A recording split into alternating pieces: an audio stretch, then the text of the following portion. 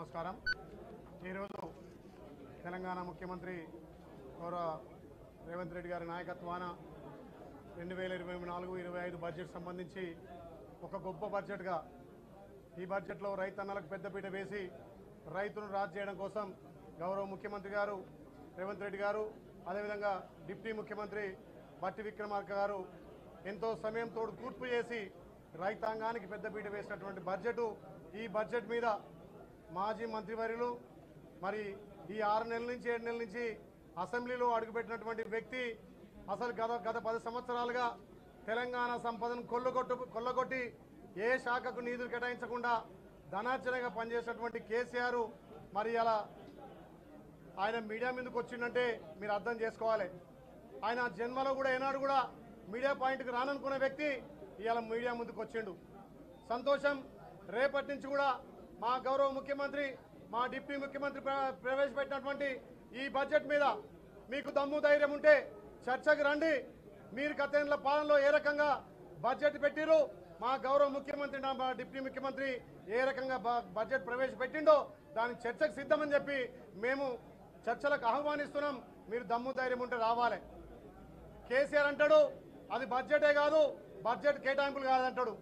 మరి ఒకసారి రైతుల మీద ఉన్నటువంటి ప్రేమ, రైతులకు ఇచ్చినటువంటి రైతు భరోసాతో పాటు ఏకకాలంలో 31,000 కోట్ల లక్షల రూపాయలకు 26,000 కోట్లు బడ్జెట్లో కేటాయించడం ఇది రైతు బడ్జెట్.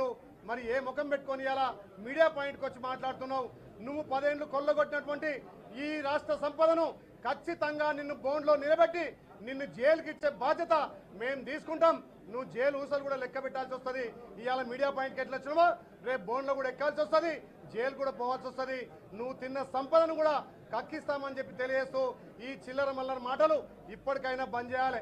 నువ్వు ఒక గవర్నర్ వ్యవస్థను అది ఇవ్వవు, ఒక గవర్నర్ వ్యవస్థకు మర్యాద ఇవ్వవు, శాసనసభకు మర్యాద ఇవ్వవు, ఇలా శాసనాల ద్వారా వచ్చేటువంటి వాటికి కూడా గౌరవ మర్యాద ఇవ్వవు. నీ ఇష్టం వచ్చినట్టుగా 10 ఏళ్లు రాజరిక పాలన చేసినావు కాబట్టి తెలంగాణ ప్రజలను బొందబెట్టిరు. ఇలా రైతుల పట్ల మా గౌరవ ముఖ్యమంత్రికి చిత్తశుద్ధి ఉండి రైతులకు పెద్దపీట వేసి ఈ బడ్జెట్ 2,091 కోట్లతో ఇచ్చిన బడ్జెట్లో 72,650 కోట్లు రైతులకు ఇచ్చినాం. 30,000 కోట్లు గ్రామీణ వ్యవస్థకి ఇచ్చి ఇలా పెద్దపీట వేసినాం. మా ముఖ్యమంత్రి మీద అంటాడు గొల్ల కుర్మల మీద శుద్ధి చేయలేదు, గొల్ల కుర్మలకి ఇవ్వాలంటాడు. ఇవాళ ఒకసారి చూసుకో, పశుసంవర్ధక శాఖకు 2,02,000 కోట్లు కేటాయించి ఇలా పెద్దపీట వేసింది కాంగ్రెస్ పార్టీ. గతంలో గొర్రెల మీద బర్రెల మీద దోచుకొని ఇలా స్కాములు చేసింది కేసీఆర్. కేసీఆర్కి ఏమైనా చిత్తశుద్ధి ఉంటే ఈ స్కామ్ లేదు ఉండాలి. ఇవాళ మా తల్లి సోనియా ఇచ్చినటువంటి అభ్యర్థం 6 గ్యారెంటీలో కూడా 6 పథకాలకు మా గౌరవ ముఖ్యమంత్రి మా డిప్యూటీ ముఖ్యమంత్రి కూడా 6 పథకాలకు కూడా బడ్జెట్లో అమౌంట్ కేటాయించిండు. ఇది రాష్ట్ర బడ్జెట్ ఉన్నటువంటి ఇలా రైతులకు, కార్మికులకు, కర్షకులకు పెద్ద ఎత్తున పెద్దపీట వేసింది. కాబట్టి ఈ ప్రభుత్వమే రైతు ప్రభుత్వం.